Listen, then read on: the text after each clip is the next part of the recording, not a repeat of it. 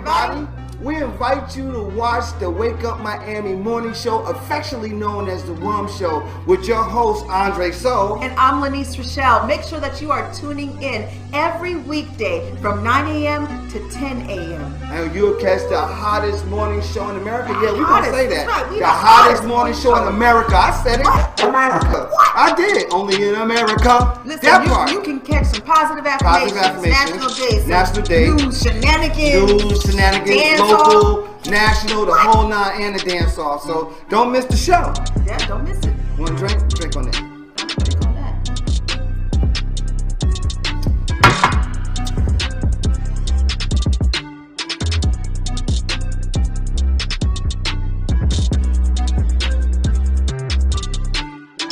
That's what it is. So that's how we feel. So you make sure that you tune in. That's how we feel.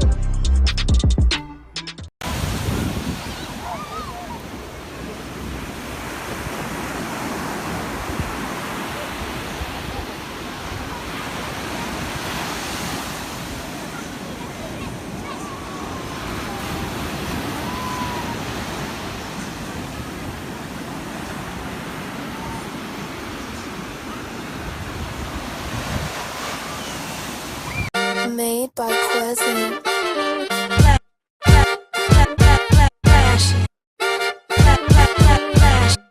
Miami Morning Show. You watching the wake up, the wake up, the wake up, the wake up, the wake up, the wake up, wake up. Miami Morning Show. You watching the wake up, the wake up, the wake up, the wake up, the wake up, the wake up, wake up. Miami Morning Show. You watching the wake up, the wake up, the wake up, the wake up, the wake up, the wake up, wake up. Miami Morning Show. You watching the wake up, the wake up, the wake up, the wake up, the wake up, the wake up, wake up. Miami Morning Show. You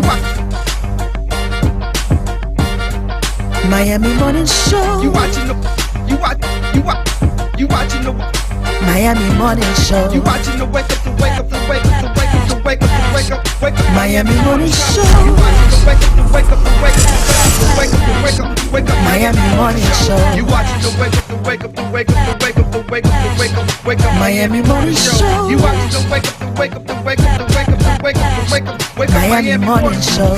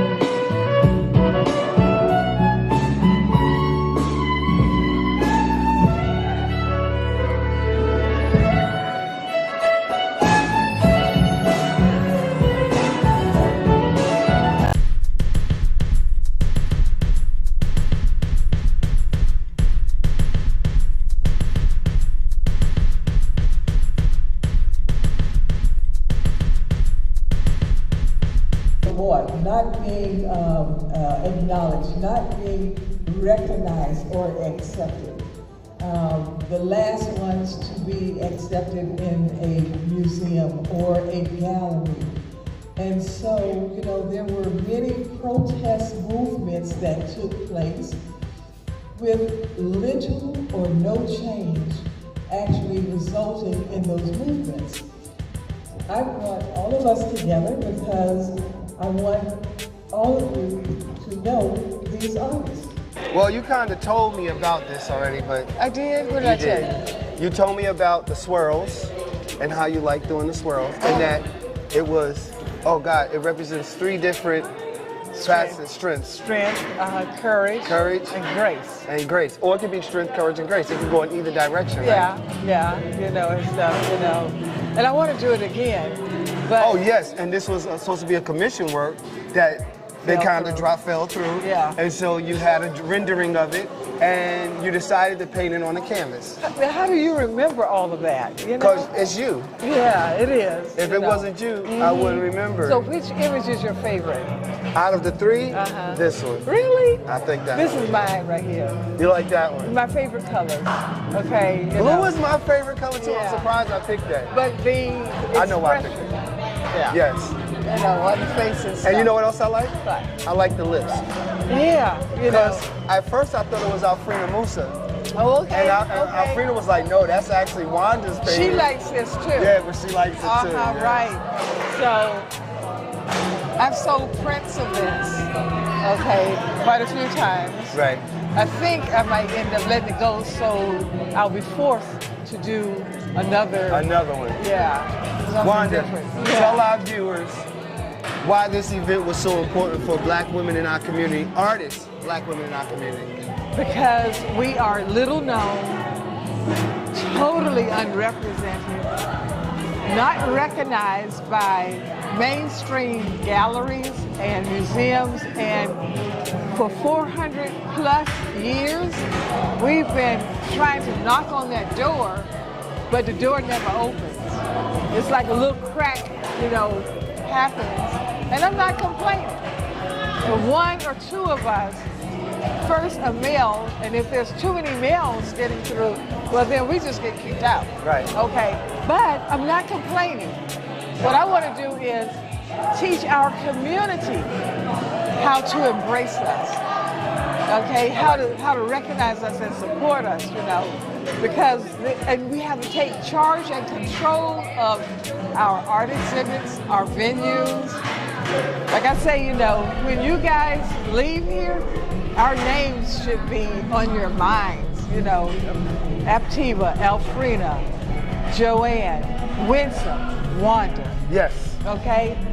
Those names you should remember because there's so many more of us, okay? And we could all prosper. Right. Our voice is our art. And we have so much that we want to say to all of you, to our community. I want to thank every sponsor that made all of this happen, made this work. I appreciate, you know, the use of the space, the financial contributions, the support, and I thank Adonis Parker for allowing me to do this. So, tell us your name. My name is Aptiva Ferguson. Aptiva Ferguson. Where are you from, Aptiva? I'm from Miami, Florida. Okay, that's what it is. So you are one of the artists being featured here at Art Forever Unsilenced. Yes. Tell us, what is this moment for you? How do you feel about this? I'm extremely nervous, excited, you know, it's my first show. Okay, it's your first show. Yeah, it's my first show. But it's a beautiful moment for me, you know. That's good because you are an aspiring artist, and part of this installment is to really honor female artists and black women artists that are of our community, from our community, and displaying their talents and creativity. Right. So, this is your piece here. Yes. I like this. Thank you. Tell us what's the inspiration behind it. So the inspiration behind this is actually my grandma. This is a younger version of her. Okay. She actually passed away August 25th during the preparation for this show. So I decided to kind of change my third piece and dedicate it to her. So my series is about the relationship between a black woman and Earth. Right. And this is actually a scene that I was at in Arizona called the Devil's Bridge. Right. And I put her in front of it. And it's called The Creator of All Things.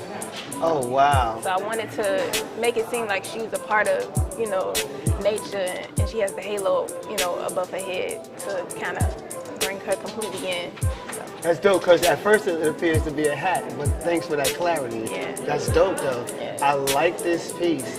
What's next for Aptiva Ferguson? Tell me. What's next is me just continuing to support my business. I have a business called All Around Girl LLC. Okay. Where I do art on press-on nails. So you do art, press-on nails, commission work, yes, right? Acrylic paintings. Yes. Okay, all right. So y'all make sure y'all follow any Instagram or social media. My Instagram is All Around Girl LLC. Mm-hmm. That's my business page for my press-on nails, and then there's my art Instagram, which is _QT art with 3 E's. QT art with 3 what? With 3 E's. Boy, she got to be like 25 or something, I promise you. I'll put money on it. Anyway, thank you. Thank you so much for interviewing with us. Any last words you want to tell the people? Thank you for supporting me. That's it. Y'all make sure y'all support.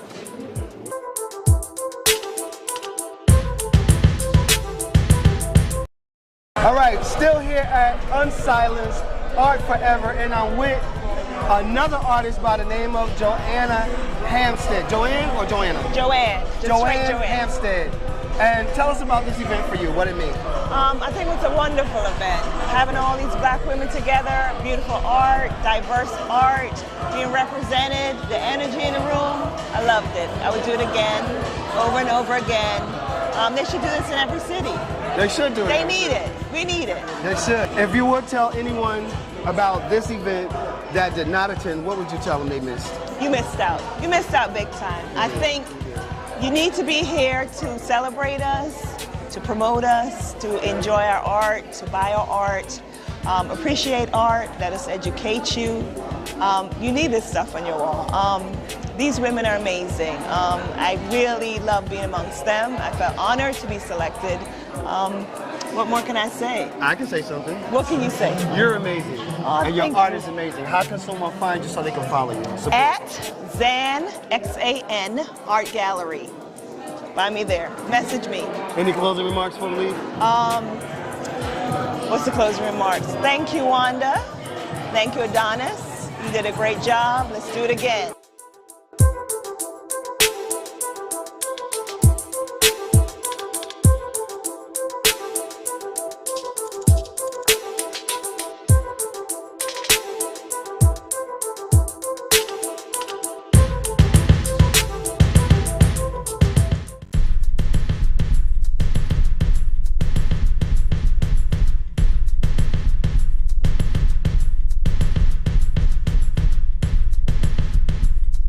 So we're here with another artist and a friend of mine at the Unsilenced Art Forever event. Alfreda Musa, what's going on? What's going on? You tell me. You are featured. You are the woman of the hour. We are here with your one and only art minister, Alfreda. There it is. Musa. Right. So this event for you, what does it mean? Because this is big, right? Most definitely. Usually you don't see a lot of female artists come together in one area, and that's why it's so important for me. This is why I'm rooting for it. If you see the little, voluptuous melanin lady in the room, when you see that piece, you'll definitely see how she has her hand up. I'm all for the ladies, yes. All for the ladies. All for the ladies. That's what it is. Tell us about this piece we stand in front of. This is, and what I want to say is I've known you for years, and I do want to say this. You are shifting as an artist and becoming even more doper than what you were. Yeah, this is dope. Tell us about this. So with this piece, I called it Rose of Sharon because actually my mother name is Sharon, so I said Rose of Sharon, and the flowers gives you rose. Right. So with our melanin beauty and automatically beauty, butterfly, what do we relate to? Butterflies. Right. I had to put that in there. Right. But it was a whole process. I made sure I use our dark browns, our caramels. You also have a little bronze in there, Right. and everything had to go with I'm gonna go with the flow, girl. So that's what happened on this piece. So it's encompassing all our colors in the piece with the colors. Everything, and the process, you can tell the process. It speaks for itself. You have some butterflies that, when you talk about butterflies, Right. it's a process. Right. They go from the caterpillar Right. to the cocoon, to the boom bang, To the boom ba-dang. to the boom bang, to the what? Butterflies. Sisters over misters. So you see that process going on in this piece too. So I hope it's speaking to you without words. It's giving you black, beautiful women. That's it. Tell us your Instagram and social media tags so people can follow you. You can follow me on alfredamusa.org. Also on everything, you can do that. And also to my other name, which is the one and only, the Art Minister. That's what she is. Any last words you want to say before we leave? Let the palm of your hand be the inspiration to your masterpiece. Yep. This one here. That's what happens when you know people forever.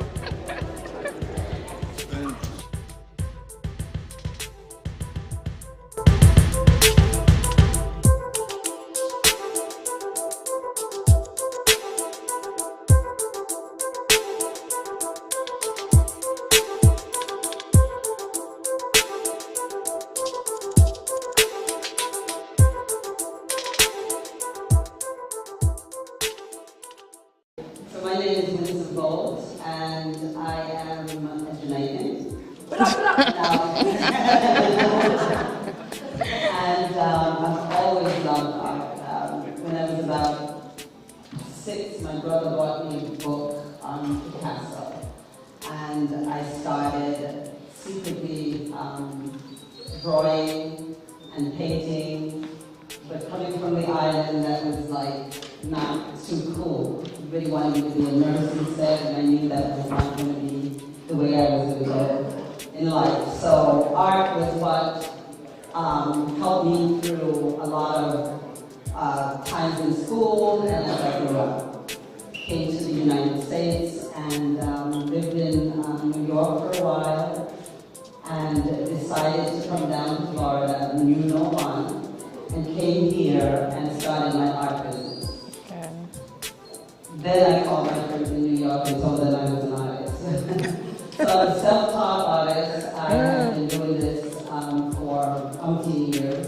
And with doing that, I also like the beauty of homes. So I'm an interior designer as well.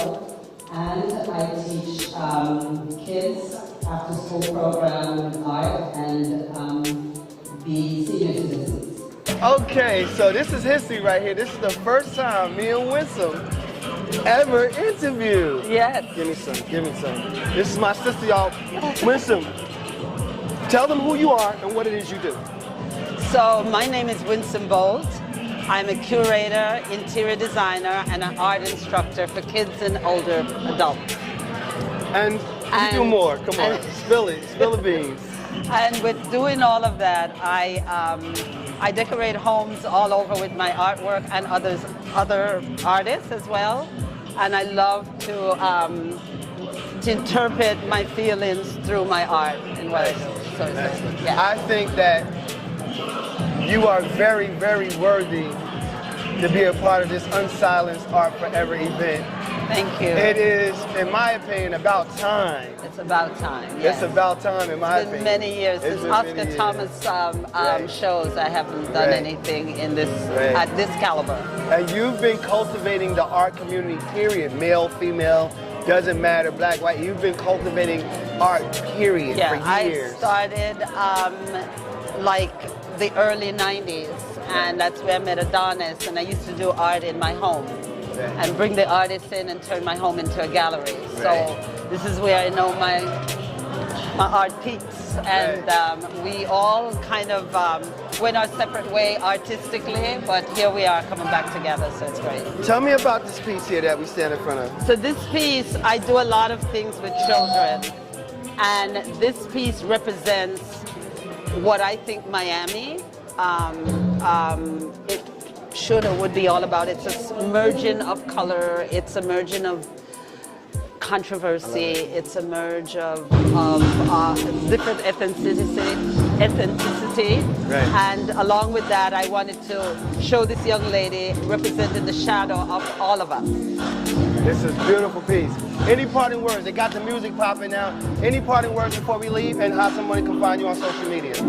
So you can find me under Block 1 Art Walls, Winsome Bolt Facebook right now, and my parting words is make creativity the best that it can be for you. It's all about creativity in your life. Y'all heard it. That's what it is.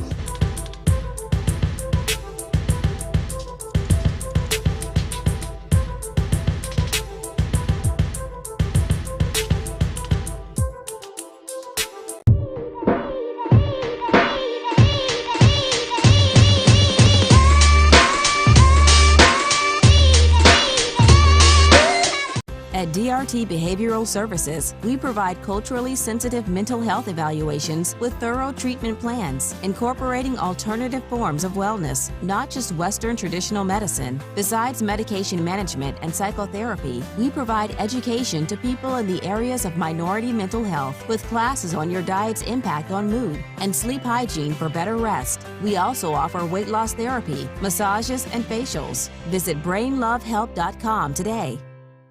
Hello, my name is Lyneise Coakley, licensed realtor in beautiful South Florida. I started as a real estate investor in 2001 when the business of buy, fix, and sell was really booming. That sparked my interest in real estate law and property management, but it wasn't until 2016 when I decided to become a licensed realtor. My desire to become a realtor stems from the passion that I have to help people realize their own dreams of freedom through home ownership. From guiding first-time home buyers to veterans to managing landlord portfolios and working closely with sellers, I am dedicated to helping anyone looking for residential or commercial property. I can be contacted by phone or text at 305-925-0958 or visit my website, realtorlyneise.com. And referrals are always welcome.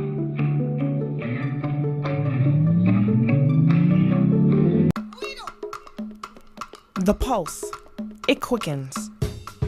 Sensations ignite. Cool water, hot spice, fast tempo. New cultures, new flavors, new you. You, undersea explorer. You, street artist. You, fearless adventurer. Salsa dancing to Latin beats, exploring history and heritage. Flying across a wild river of grass. Sense of time, it's lost. Sense of place, it takes over. But not any place, this place. Here, now, wow. Not the Miami you expected, but the Miami you found. Start your discovery now.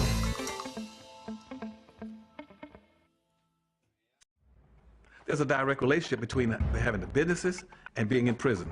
Go find see how many Asians you can find in American prisons. You ain't gonna be in there.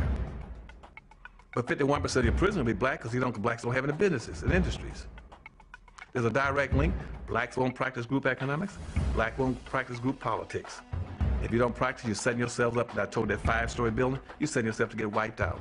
Understand the nature of race, which is economics. If you build the first floor, it's economic. Build your businesses and your industries. Control business and industry, and put that pulls in your money, and hold that money, and practice group economics with it. Arab and Asian money bounces 12 to 13 times what it leaves. Jewish money bounces 18 times. Black folk got to learn how to practice group economics. Black Americans spend every penny they get outside their own community. Then you take the money and the wealth that you get from that first floor and go to the second floor. The second floor is politics. You then take that money on the first floor and you control your politics. Black folk must quit allowing people to tell them to go out and vote. Vote for what? Nobody's going to do anything for black folk in politics. Politics is controlled by money. Major corporations who got the money. That's what controls politics. If you have no money, you have no say-so, you have no benefits coming. So you take your money and you control, and you take your money from the first floor, you buy every politician on the second floor. And any politician you can't buy, you rent or lease them to get what you need. Then once you get the second floor under control with your politician, with your money, then you go to the third floor. The third floor then is the police department and the court systems. You take your money from the first floor and your politics on the second floor, and you control the court system and the police departments. Then the fourth floor, then is media. You then take the money that you generate off the first floor from business and industries, and you go after radio stations, TV stations, newspapers, and cable systems, so that you can now inform and communicate with your own people. Right now, black folk own and control less than 35 thousandths of 1% of the media in the United States. Out of 12,000 radio stations, black folk own about 75, 80. That's all. You own no cable systems. You don't have a daily newspaper.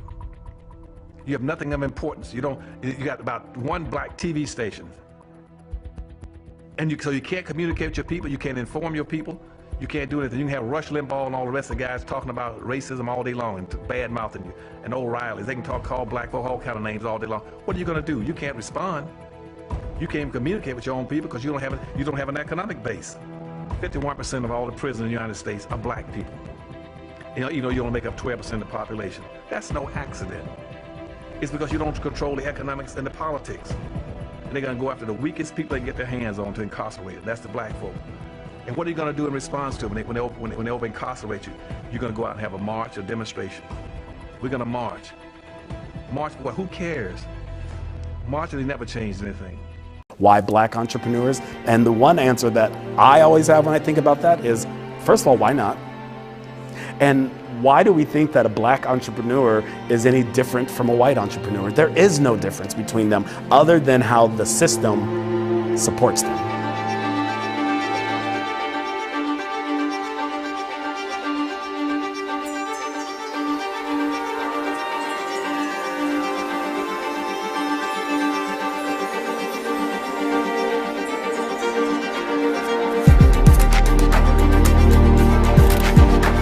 When they say I'm a over-towner for life, they're being defiant instead of proud. Those communities are important to me because that's where my family's from. There's a lot of history that is neglected because the neighborhoods are neglected. I'd want the general community to know that black businesses work their asses off. We figure it out, we get the job done. When it comes to being a black founder in Overtown, is that you can do it. And when you take the steps, things align. I literally redefined my hustle. I literally reinvented myself. I'm more courageous than I thought that I would ever be. I'm braver than I thought that I could ever be. Pause, I'm sorry.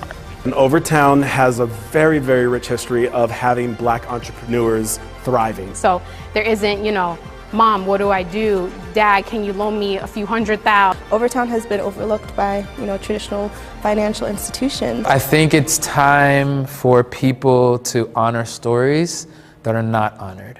I think entrepreneurship has a very important role to play in transforming communities. Entrepreneurship is an equalizer. It's that it's not a zero-sum game. So why fight with each other about limited resources that are here? Let's focus on making resources available to all. Let's focus on leveling the playing field so everybody can be successful. Are disrupting several systems, and particularly systems of oppression that are rooted in racism, in poverty, and just in lack of opportunity.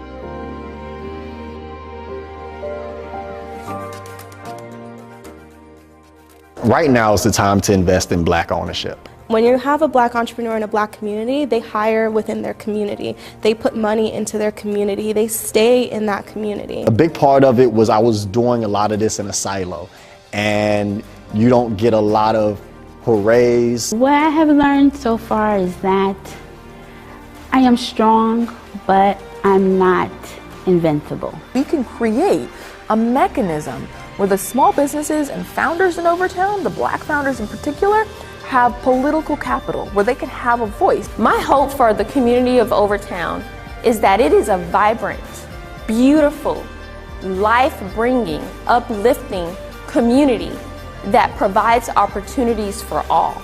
I want Overtown to be this thriving black mecca. So the vision and my hope for this work in Overtown is that we keep Overtown black, and also that we give these entrepreneurs the power that they didn't know they had before. I just think it's important as a whole for us to keep our money circulating so we can show the power of our dollar. Like a lot of times, like we spend money on people and things that like oppress us or don't even support us. Imagine if there were businesses all up and down that corridor and down that street.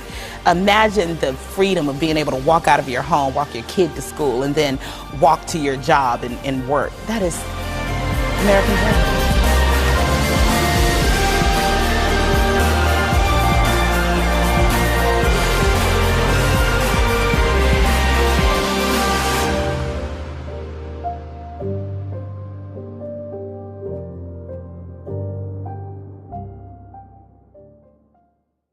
Perfect time. Welcome to another exclusive interview here at iUrban TV, where we often provide this platform of exposure to icons and community activists in our community. Today I have a good brother with me. I'm gonna let him introduce himself, and he has some things that he wants to express about some of the conditions of our community. Introduce yourself, good brother. So, Brother Lyle Muhammad, Brother Lyle to most. And by the grace of God, we have beautiful platforms like this, so that our people don't get left behind when it comes to things that are important. But it's just interesting where we are right now. You had me reflecting, brother. Right. You know, because not just that we're in Overtown, but like we are like right where your brother first laid his feet in Miami.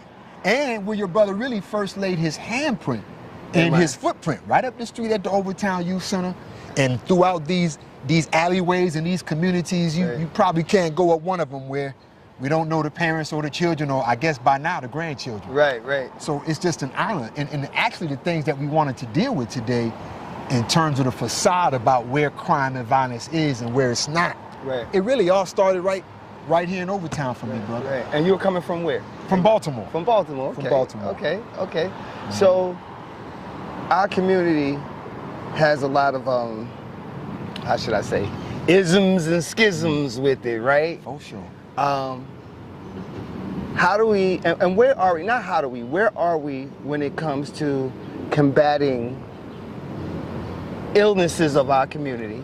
And what are some of the things that possibly stagnate us, or what are some things that actually you feel are propelling us forward and actually succeeding in cultivating and inspiring and creating the excellence and resilience in our community? That's an excellent question, brother, because just to cut right to the core, we know that violence and insanity of all types is a problem and a plague throughout the country. Throughout the country, yeah. But here, right here in Miami-Dade, we have the best practitioners to deal with the issue right here in our community, brother. Right.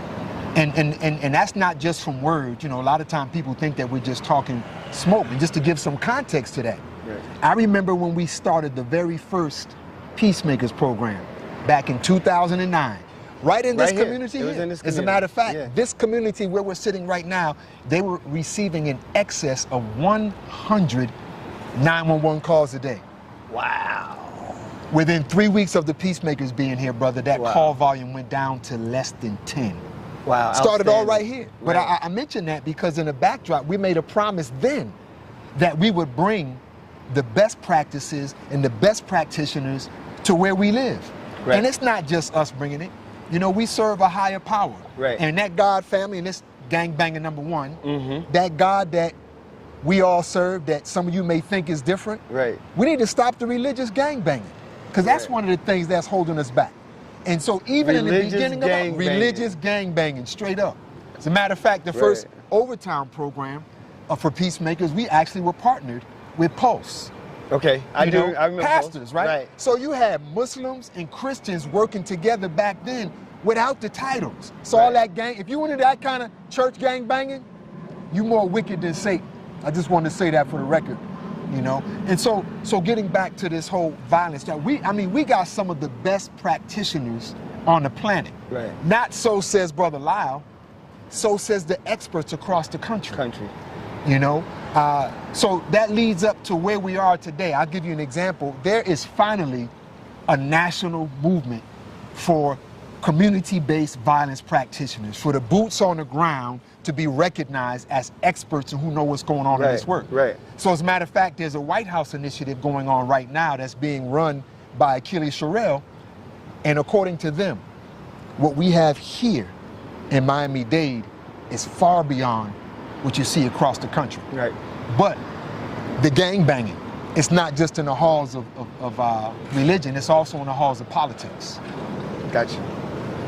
You know, the halls of politics, and politics. Yeah, politics, you know, and I just want to be clear, because I want to set the record straight on a couple of things on that note. You know that we come from the do-yourself school, family. We're not going to ever stop, and we will be successful with or without the politics of politics. But why do we need to talk about politics? I remember learning early on in school, brother, that politics determines who gets what, when, and where. And our politicians, some of them, and I'll be specific in a moment, have determined that we won't get what we need where we need it. You know, and so it's worse than what we used to call back in the day as young men growing up, when another brother would try to get in the way of you trying to spend time with one of your young ladies. It's called blocking. Is that what it's called? Well, it's called C blocking, but we're not not gonna say the word. But it's worse. You know why I bring that up? I say it's worse though. You know, add a little brevity to it. But when people look at the ones on the street that are pulling the triggers, when people look at the ones on the street you know, who were using the drugs and tearing up our community, they look at them as the worst of society. Yeah? I look at failed political leadership as a mass murderer.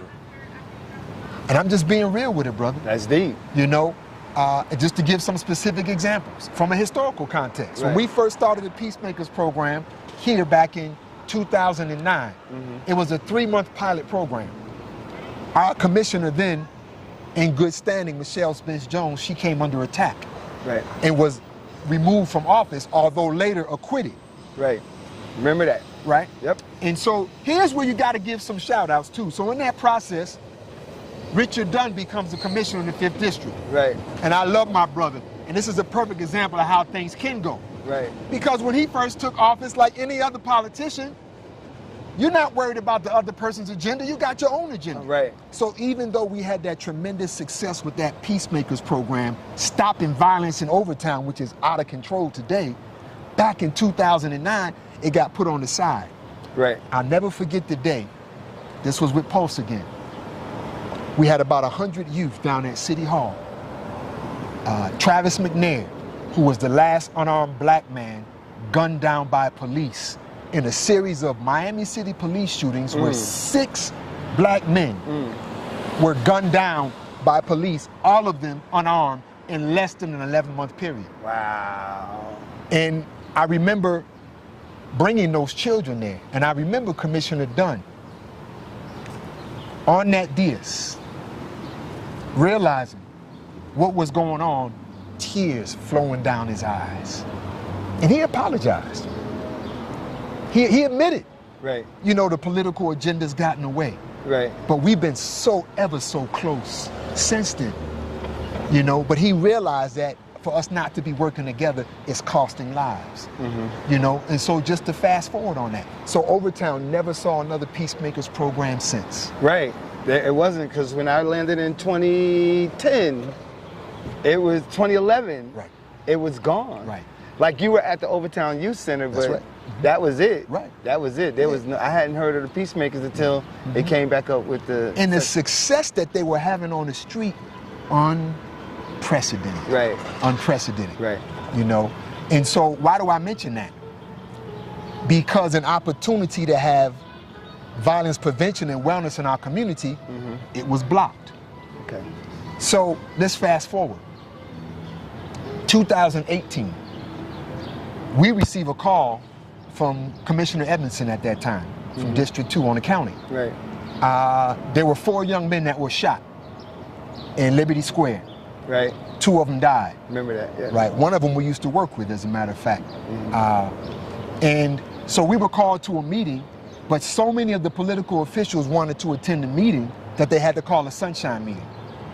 And so at that meeting was the mayor of the county, the mayor of the city, the co-chair and chair commissioners, along with 2 other commissioners, day commissioners, Department of Juvenile Justice head, the lawyers, the whole 9, you name it. And, you know, people can get that message if they want. Right. And the police chief and the police director. Right. They went around the whole room, and this is on video, family. Right. Offering solutions. The only community group at the table was the Circle of Brotherhood because we were asked to be there. Right. Myself and Brother Leroy Jones representing us. Do you know no other politician, nor policing, nor juvenile official offered one solution? And that's when we first presented our community wellness and violence prevention program in 2018. Right. You know, so long story short on that, it got chopped down to us having to do a contract with the county where we were putting what we do inside of another structure called the GVI Initiative, right? And why do I mention that? Because if we didn't do that, we wouldn't have that established right now. Right. But what a lot of people don't know is that it was the integrity of Brother Leroy Jones and myself that saved that program. Some people obviously didn't want me in the picture. Why is that? Why you think Well, let me present it first, because I want people to know that we were actually presented with an ultimatum. Right. That if we were going to be able to keep that contract, I had to be out of the picture. Oh, wow. And so we got to be clear, because there's too many people dying. Right. You know, and this is history. And people think that we're just running off the mouth and not that we actually know how to solve the problems in our community when it comes to crime and violence. And so to save the program, I stepped away. But we never stepped away from doing what we know works. Doing the work. Doing the work. Right. So let's fast forward. Mayor Carver becomes elected mayor. And Mayor Carver verbally declares the violence epidemic as a public health issue. Notice I said verbally. Right. There's an interview you can go back to with Mayor Carver and myself that was done on WLRN, and it will come out around the time that the Peace and Prosperity Plan was presented. And for those who don't know what that is, I just want to be crystal clear, but my first point was, and I'll come back to Mayor Carver in a minute, because it's important. Right. When she was elected and the language came out about public safety, the funding support didn't switch. It was still policing, policing, policing, policing. Right. And so those of us in the community that could serve crime and violence from a public health standpoint, basically were left with nothing to work with. And so Commissioner Hardiman, he introduces the $90 million contract with the FTX contract specifically to deal with what? Gun violence? And the Circle of Brotherhood purposely is nowhere to be found in it. Purposely. Let's talk about some more gangbang. Right. You know, hey, we keep it real here, family, because it's really sad, you know, that, you know, because I vote for someone who I grew up working with right here in Overtown, who happens to be running against you, it appears as though there's been a vow taken to make sure that the Circle of Brotherhood in particular doesn't get funding that deals with violence. Now, I want to say on record right now, while all of this is going on locally, national organizations are endorsing our work left and right. The Giffords Foundation have partnered with us because they see the work that we're doing. The Moms Demand Action, that group that was started out of Sandy Hook, have bonded behind us. I can go on and on and on. But my point is, locally here, it seems that there's some strangulation. You think you're attacking individuals, but it's our community that's not getting it. Now prove me wrong. Anything I say here in public, because people say what they want to say, but in public. So I purposely have seen, you know, and I think Keon at heart is a good brother. Right. You know, him I could say I had a developed relationship with, you know, because he was concerned and is concerned about the affairs. And I think he represents, you know, what our good brother Du Bois called one of our great talented 10th. You know, I get that. Right. You know, but the political stuff, that's getting away and lives are being cost. Prove me wrong. Prove me wrong. You know, which leads to what's going on in District 5 right now. Can you imagine an organization like ours that started back in 2012 has never had the staff to do the work that we need to do? Right. Never. Ever. You know, Mayor Suarez, much credit, caught wind of one of our housing programs. And see, a lot of people don't know, the work we do is transformational. We're not just doing programs. People are never the same. So, long story short, the American Relief Funds come in. Mayor Suarez earmarks $1 million to come to the Circle of Brotherhood. Now, for those who don't know about those emergency relief funds, they were based upon two things. They were based upon the COVID epidemic, but also on the social justice movements that were taking place after George Floyd died. Right. There's only one organization today in Miami City that has not received their earmarked fundings from the mayor, and that's the Circle of Brotherhood. And it's not because of Mayor Suarez. It's because of the commissioner who sits in District 5, to be quite frank. You know, and Christine King, she can't have anything personal against me, because let's be real, she doesn't even know me. I had one 30-second conversation with her maybe 5 or 6 years ago at a Malcolm X birthday celebration at the MLK building. Right. But it's obvious to me that there's political agendas that are getting in the way of the work. We presented a wellness and violence prevention program for our community that has yet to hit the ground. because of one commissioner, the commissioner of District 5, pulled our item back in October. Mind you, just got into office, and I just got to be real about it. By the time January had came around, $800,000 had already been funneled to the MLK Center, which she used to be the executive director of. By January. They do good work, okay, to build a cafeteria.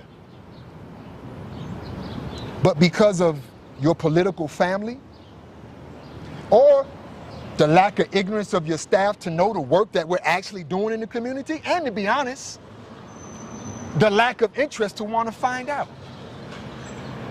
You know, and if you have some more questions about that, I'll be specific, because I just want the people to know it's not that we don't have the men and the women in our community to make our place a decent place to live. We got people with political agendas that stand in the way. And my last comment on it, brother, is what was really on my spirit. Right. It's not that Brother Lyle's fed up. Brother Lyle gonna do this work till the day I die. You know, but y'all better know your brother's a spiritual brother first. Right. God is angry. And I'm telling you directly, if you stand in the way of the righteous work of the righteous people, God will visit you personally with a wrath. I'm just keeping it 100. You heard it here first. But what is my spirit for real? Come on, family, are we for real? You gonna keep a black organization respected nationally and locally for the work that we do? Some people say, let me just clear these two things up. Because you know, people talk. Right. Oh, well, I look at your proposal and oh, so much of it is going to staff. Guess who you're looking at right now? The only employee of the Circle of Brotherhood. Right. Am I supposed to do all this work by myself? Commissioner King, how effective of a commissioner will you be if you have 0 staff? And do you deserve to have staff? And by the way, you should have your people on your team do some research on the American Rescue Plan, because it's supposed to help build the infrastructure of organizations as well as provide the services that are needed. Right. It's sad. We've seen people fall off of buildings that we could have saved. You know, and so I just want people to know that sometimes it's not the outside opposition. Right. Sometimes it's what we do internally that causes death and destruction. How do we, as a community, fix things like that? How can we come together? Because I don't know, you know, I don't know the story. I don't know the background or whatever. I am a member of the Circle of Brotherhood. Yes, I am. I'm still a member. Yes, sir. I was told to come out and execute what it is I do for the community, and that's what I do every day, and make sure the platform is there. That's why this platform is here, for no matter who wants to say, you know, whatever people want to express, they have full right to express it, right? But I'm thinking, as the media, as a black media component for this community and surrounding black communities, how do we fix it so that we can begin to start cultivating our community? Because in the end, as I see it, that's what's really important. Everybody loves our community, and if we really love our community, how can we fix it so that everybody gets to fix it? Everybody loves our community, but some people love money more. You know, everybody loves our community, but some people love their prestige more. Let's just be honest about it, man. You know, and Mayor Carver's not off the hook either. You know, there's a proposal that's been before her cabinet from the Healing and Justice Center for the last 2 years that the nation is craving about. And we can't get no support from that office. You know, so we got to call them out, right, is my point. You know, because I'm just being real. Even I'm to this point right now because I'm just being real, Dre. Some people are not going to change their political stance. No matter how much they say they love the community. Right. It's not going to stop the work from being done. Here's a brother here. I would be open to anyone I just called, like I said publicly, because people say one thing behind closed doors.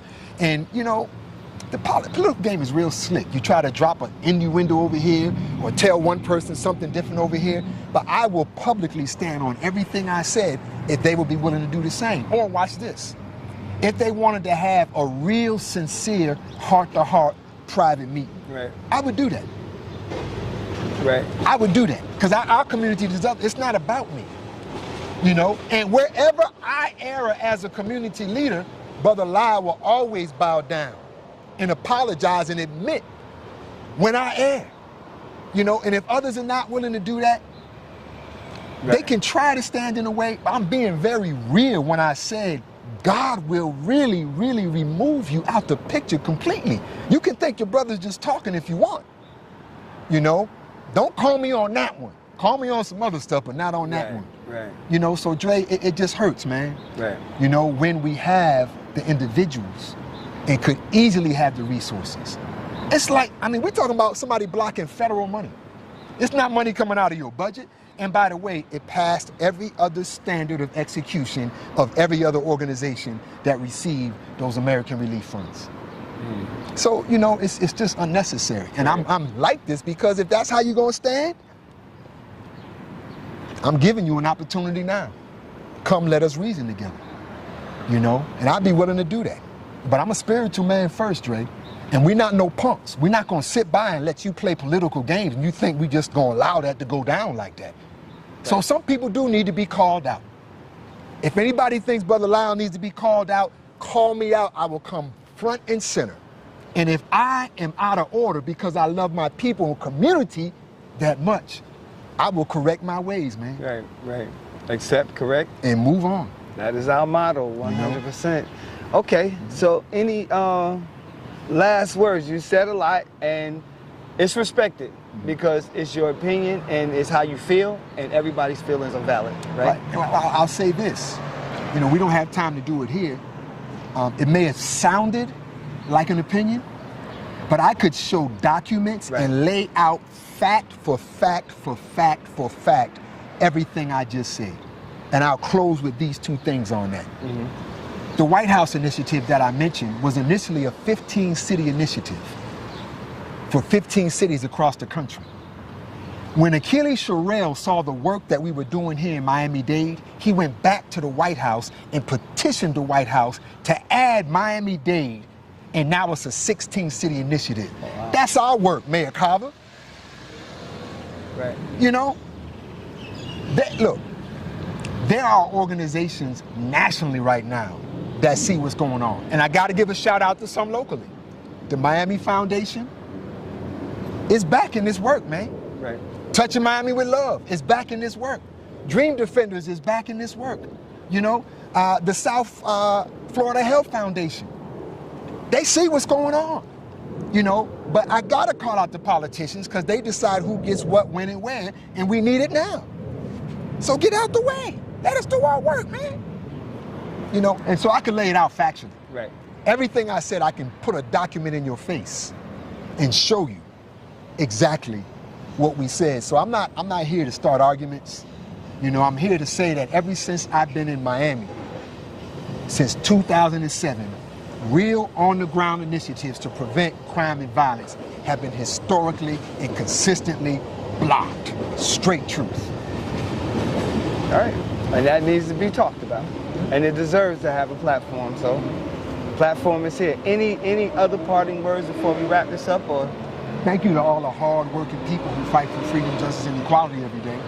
And, you know, for those of you who are friends with somebody and you may have think I insulted them, when does leadership not have courage to stand up?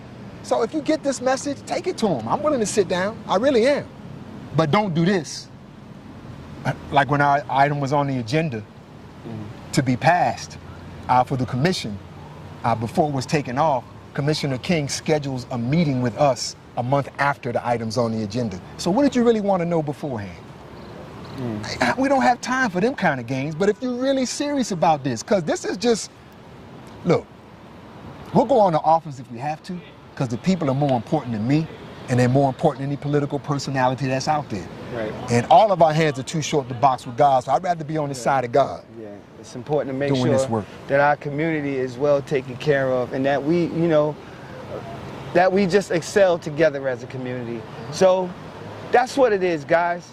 All right, and we're happy to have you on this platform, big time. We're happy to have you. And if they want to come on, and we can come on together. Together. I'm open. I'm open too. I'm open. We'll provide the platform so that we can make sure that our community bonds and grows together. So At the end of the day, that's what we stand for, 100% the community and 100% building black excellence in our community. We want to thank y'all for watching, man. Anybody want to get in touch with you, how can they do that? You can reach me by, you can contact me through the Circle of Brotherhood, www.circleofbrotherhoodmiami.org. Email is Lyle, L-Y-L-E, at cobmiami.org. Lyle at cobmiami.org, and check out Brother Lyle Muhammad on Facebook. That's what it is. And Instagram, I think. Brother Lyle 1, something like that. We love you, community. Peace and blessings, family. Much love.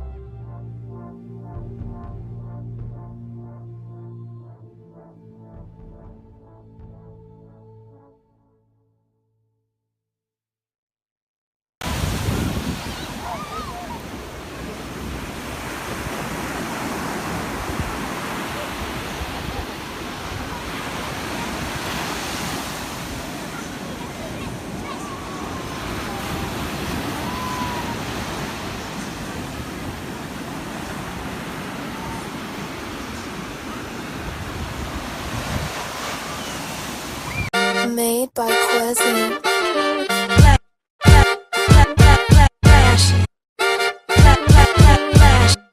Miami Morning Show. You watching the wake up, the wake up, the wake up, the wake up, the wake up, the wake up, wake up. Miami Morning Show. You watching the wake up, the wake up, the wake up, the wake up, the wake up, the wake up, wake up. Miami Morning Show. You watching the wake up, the wake up, the wake up, the wake up, the wake up, the wake up, wake up. Miami Morning Show. You watching the wake up, the wake up, the wake up, the wake up, the wake up, the wake up, wake up. Miami Morning Show. You Miami Morning Show. You watching the Miami Morning Show. You watching the wake up, the wake up, the wake up, the wake up, the wake up, the wake up, wake up. Miami Morning Show. You watching the wake up, the wake up, the wake up, the wake up, the wake up, the wake up. Miami Morning Show. You watching the wake up, the wake up, the wake up, the wake up, the wake up, the wake up, wake up. Miami Morning Show. You watching the wake up, the wake up, the wake up, the wake up, the wake up, the wake up, wake up. Miami Morning Show.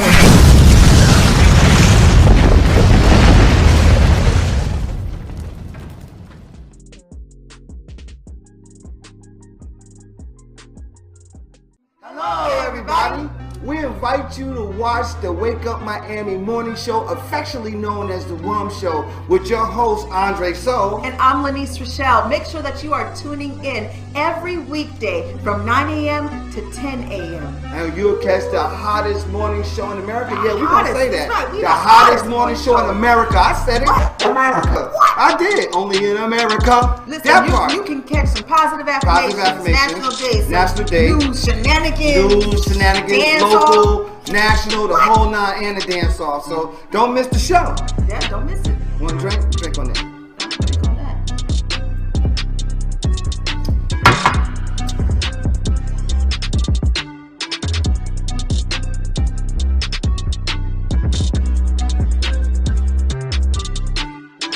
That's what it is, so. That's how we feel. So you make sure that you tune in. That's how we feel.